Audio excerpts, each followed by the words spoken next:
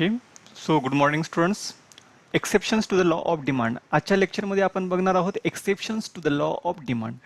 आता मी अगोदर सांगितलं होतं generally demand curve slope downward from left to right, पण आता इथं दाखवते बघा demand curve slope upward from left to right. Exception म्हणजे काय? अपवाद. अपवाद म्हणजे अगोदरच सांगितलं मी तुम्हाला, this law of demand is conditional. हा लॉ ऑफ डिमांड कसा आहे? कंडिशनल आहे.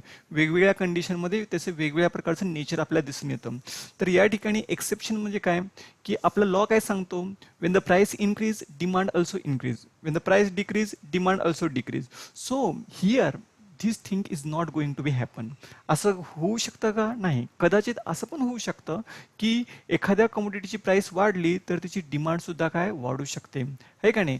प्राइस वाढणे डिमांड वाढणे, प्राइस कमी होणे डिमांड कमी होणे, असं पण होऊ शकतं. मग तुम्हाला प्रश्न पडला असेल सर नेमकं सांगा नेमकं काय होतं? तर नेमकं काय? It's depend on situation, it's depend on nature of the person. व्यक्तीच्या स्वभावावरती सुद्धा अवलंबून आहे. तर ते कोणता स्वभाव किंवा कोणत्या सिच्युएशनमध्ये हा लॉ होऊ शकतो तर बघू आपण. So there are certain exceptions to the law of demand. It means that under exceptional circumstances, consumer buys more when the price of commodity rises and buy less when the price of commodity falls. तर असे काही condition असतात, काही condition circumstances असतात, ज्या सर्कमस्टन्समध्ये आपल्याला असं लक्षात येतं की लोक वेगळ्या प्रकारचे बिहेव करतात. म्हणजे प्राइस राईज झाली तर डिमांड कशी करतात? जनरली समजा कमोडिटी प्राइस वाढली तर डिमांड लेस असतं, पण असं न होता demand curve slope upward from left to right when the demand curve has positive slope. बघा हा कसा आहे? तुमचा पॉझिटिव्ह स्लोप आहे. हा तुमचा कुठला आहे? Negative slope. तर तुम्हाला परीक्षेमध्ये असा प्रश्न विचारला शकतो, what is the difference between normal demand curve and exceptional demand curve. So normal demand curve slope downward from left to right and exceptional demand curve slope from left to right. तर हा upward आहे, हा कसा आहे? Sloping upward आहे. हा sloping कसा आहे? डाऊनवर्ड आहे. Here price increase demand increase. इथं ऍक्च्युली व्हॅल्यू दिलेलं नाही, पण तुम्ही ॲज्युम करू शकता. तसं इथं 50 समजा, इथं 10, 20, 30, 40, 50 आणि इथं 10, 20, 30, 40, 50. म्हणजे प्राइस 10 असेल तर डिमांड 10, प्राइस 20 असेल तर डिमांड 20, असं. म्हणजे there is a direct relationship असं आपण दाखवू शकतो. With the help of table we can explain. तर ॲक्च्युली तो तिथं थोडासा तो भाग नीट दिला नाही. ठीक आहे, हरकत नाही, तुम्हाला सांगता येईल. थोडक्यात एक्झॅक्टली कोणकोणते एक्सेप्शन्स आहेत ते आपण बघू. हा गिफेन पॅराडॉक्स हा तर खूप वेळा प्रश्न विचारलेला आहे, 2 मार्क्ससाठी सुद्धा विचारला जाऊ शकतो. Inferior goods or low quality goods are those goods demand does not rise even the price their prices falls. बघा असे काही गिफेन गुड्स असतात, हलक्या दर्जाच्या वस्तू असतात, त्यांची किंमत कमी झाली तर डिमांड वाढण्यापेक्षा कमी होते. असं होऊ शकतं का? होऊ शकतं. ज्या हलक्या दर्जाच्या वस्तू किंवा व्हेरी चीप म्हणजे अगदी स्वस्त वस्तू असेल, जसं मॅचबॉक्स असेल, न्यूजपेपर असतील, अगदी ज्या स्वस्तातल्या वस्तू असतील त्यांच्या किमती जर कमी झाल्या तर डिमांड वाढण्यापेक्षा ती कमीच होते, आहे का नाही? तर बघू आपण. At time demand decreases when the price of such commodity falls. म्हणजे प्राइस कमी झाली तर डिमांड कमी होते. त्यामुळं काही कंपन्या बघा वस्तूच्या एकच वस्तू असते पण त्याचे काहीतरी वेगळे ब्रँडिंग करतात आणि जास्त किमतीला विकतात. म्हणजे तीच वस्तू. आता एक हॉस्पिटलमध्ये माझे एक पेशंट होते ONP मध्ये, तर त्याचे चार्जेस, सिझरिंग चार्जेस समजा नॉर्मल असेल, प्रायव्हेट रूम असेल, अगदी सेमी प्रायव्हेट असेल तर 90,000 रुपये पॅकेज, आणि सेमी असेल तर 1,20,000 आणि डिलक्स असेल तर 1,50,000 रुपये. ॲक्च्युली रूमची साईज तीच, सर्व्हिस तीच, डॉक्टर तेच, सर्व काही तेच आहेत. परंतु एक कंझ्युमरचा एक असा एक वर्ग असतो, एक क्लास असतो जो रिच क्लास, मिडल क्लास आणि पुअर क्लास असे असतात, आणि त्यांच्या गरजा सॅटिस्फाईड करण्यासाठी त्यांना एक तीच वस्तू पण वेगवेगळ्या प्रकारे दाखवायची आणि त्यांच्याकडून पैसे लुटण्याचा प्रकार हे करत असतात. So sir Robert Giffen observe this behaviour in England in relation to bread. He noted that even the price of bread declined, people did not buy more because an increase in their real income or purchasing power. They prefer to buy superior goods like meat. This is non as Giffen paradox. बघा sir Robert Giffen हा इंग्लंडमधला एक व्यक्ती आहे. त्यांनी काय केलेलं आहे? एक ऑब्झर्वेशन केलेलं आहे. काय ऑब्झर्वेशन केलं आहे की त्या ठिकाणीचे लोक काय की या ब्रेडच्या किमती कमी होतात. म्हणजे ब्रेड हे कॉमन लोकांचा आहार आहे का नाही? जसं आपण म्हणतो की जसं आपल्या देशामध्ये राईस 1-2 रुपये किलो राईस अशा प्रकारचे आहे का नाही, ते कॉमन लोकांचा आहार आहे. परंतु त्या ठिकाणच्या प्राइसेस कमी झाल्या तर लोक ब्रेडची खरेदी करण्यापेक्षा मीटची खरेदी करू लागले. मीट म्हणजे मांसाहारी पदार्थ जे रिच क्लास लोक खरेदी करतात ते. It means that their purchasing power is going to be increase. आता समजा असं एक उदाहरण देऊ. आता ब्रेडची प्राइस असेल, समजा एखाद्या ब्रेडची लादी असेल किंवा असं काहीतरी म्हणू आपण, किंवा बॉक्स असेल, त्याची किंमत असेल 100 रुपये. ती 100च्या ऐवजी 50 रुपये झाली तर ते 50 रुपये वाचले. तर ते 50 रुपयामध्ये ते काय खरेदी करतात आता, तर ते ब्रेड खरेदी करत नाहीत, तर त्याचा उपयोग हे मीटसाठी म्हणजे चांगली वस्तू खरेदी करण्यासाठी करतात. So this observation is called Giffen paradox. नंतर प्रेस्टीज गुड्स. आता प्रेस्टीज गुड्स म्हणजे कोणत्या, की ज्या एक्सपेन्सिव्ह गुड्स असतात, जसं डायमंड आहे. लोकांना काय अट्रॅक्शन आहे काय माहीत नाही, पण बरेच लोक डायमंड वापरतात. त्यांना they would like to show off their status symbol, त्यांचा स्टेटस सिम्बॉल दाखवण्याचा प्रयत्न करतात. And so rich people buy more of it even when their prices are हाय.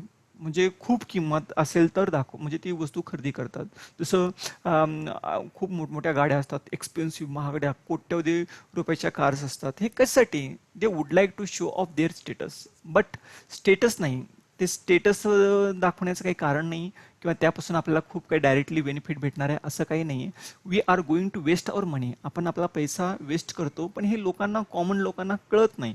त्यामुळे ते are going to buy expensive goods.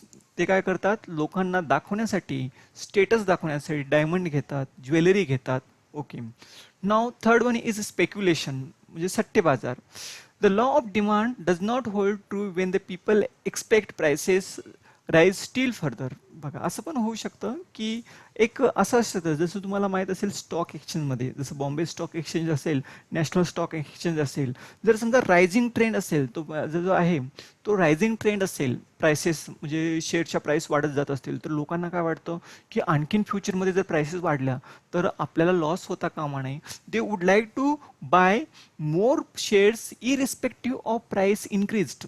म्हणजे वस्तूच्या किमती ऑलरेडी वाढलेल्या आहेत तरी सुद्धा ते असे विचार करतात की समजा आज त्या शेअरची 10 रुपयाच्या शेअरची किंमत आज 100 रुपये, कदाचित 200 रुपये झाले तर मग डबल बेनिफिट होईल. अशा प्रकारचे एक्सपेक्टेशन ठेवून ते काय करतात, डिमांड जास्त करतात.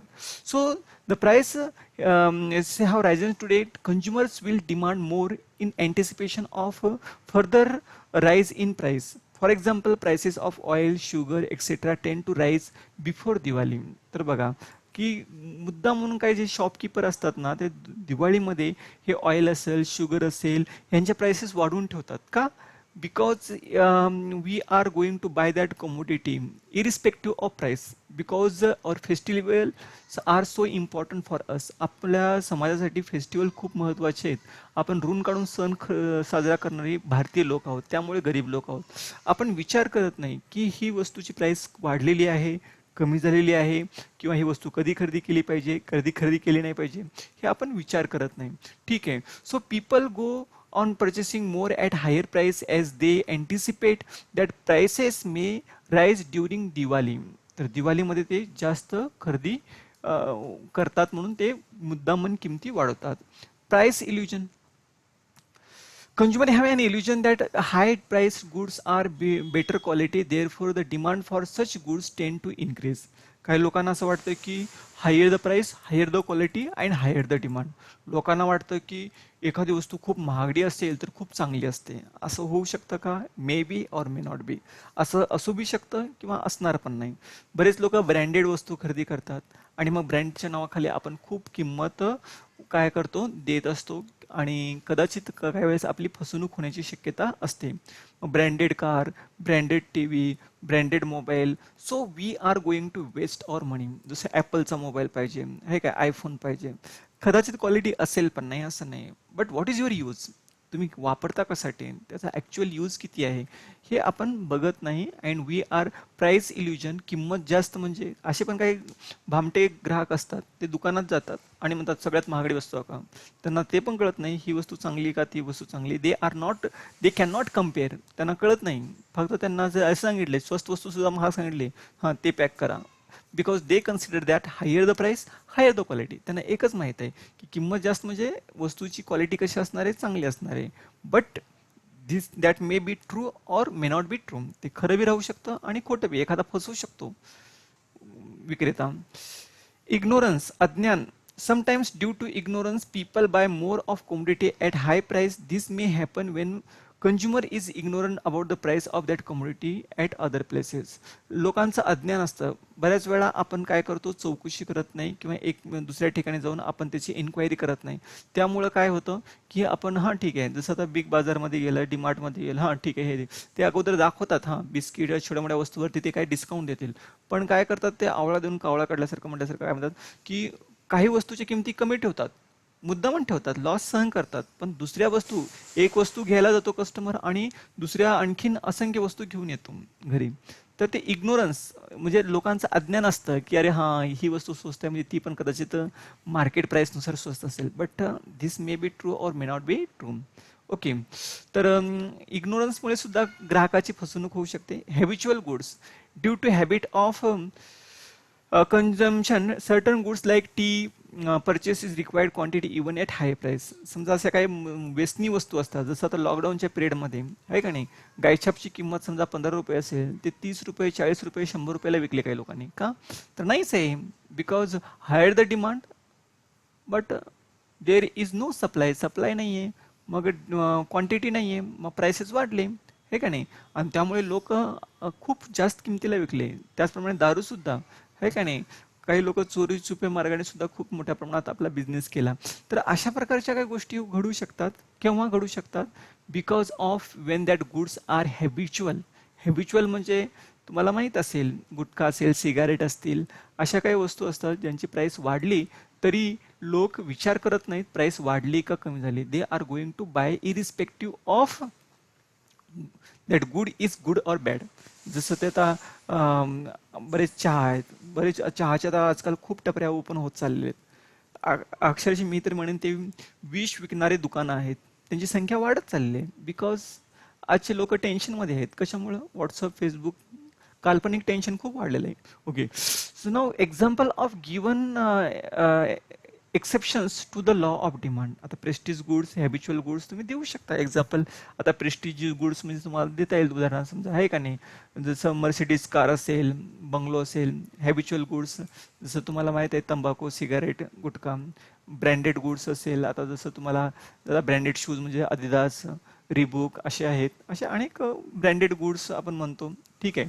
आता व्हेरिएशन इन डिमांड हा भाग आपण लास्ट म्हणजे नेक्स्ट व्हिडिओमध्ये आपण बघणार आहोत. Thanking you. कृपया करून मी हा जो पूर्ण टॉपिक आहे लॉ ऑफ डिमांड, अगदी सकाळपासून मी हा टॉपिक हाती घेतलेला आहे आणि हा टॉपिक जोपर्यंत मी कंप्लीट होणार नाही तोपर्यंत मी याची रेकॉर्डिंग चालूच ठेवणार आहे. I would like to share this knowledge with you. Please share this video to your friend and please subscribe my channel. जर तुम्ही माझे चॅनल सबस्क्राईब केलात तर तुम्हाला माझ्या नवनवीन व्हिडिओचं काही नोटिफिकेशन मिळेल आणि तुम्हाला खूप फायदा होणार आहे. घरी बसून तुम्ही अभ्यास करू शकणार आहात आणि बाहेर नका जाऊ. खूप खूप संख्या वाढत चालली, इतकी प्रचंड संख्या वाढत चाललेली आहे की सांगता येणार नाही. आज 28 जून म्हणजे की तुम्ही बघा, तुम्ही मार्केटमध्ये काय आहे, खूप वाईट परिस्थिती आहे. घरात बसा, अभ्यास करा आणि चांगल्यात चांगला तुमचा जो वेळ आहे तो सत्कारणी लावा. Thanking you.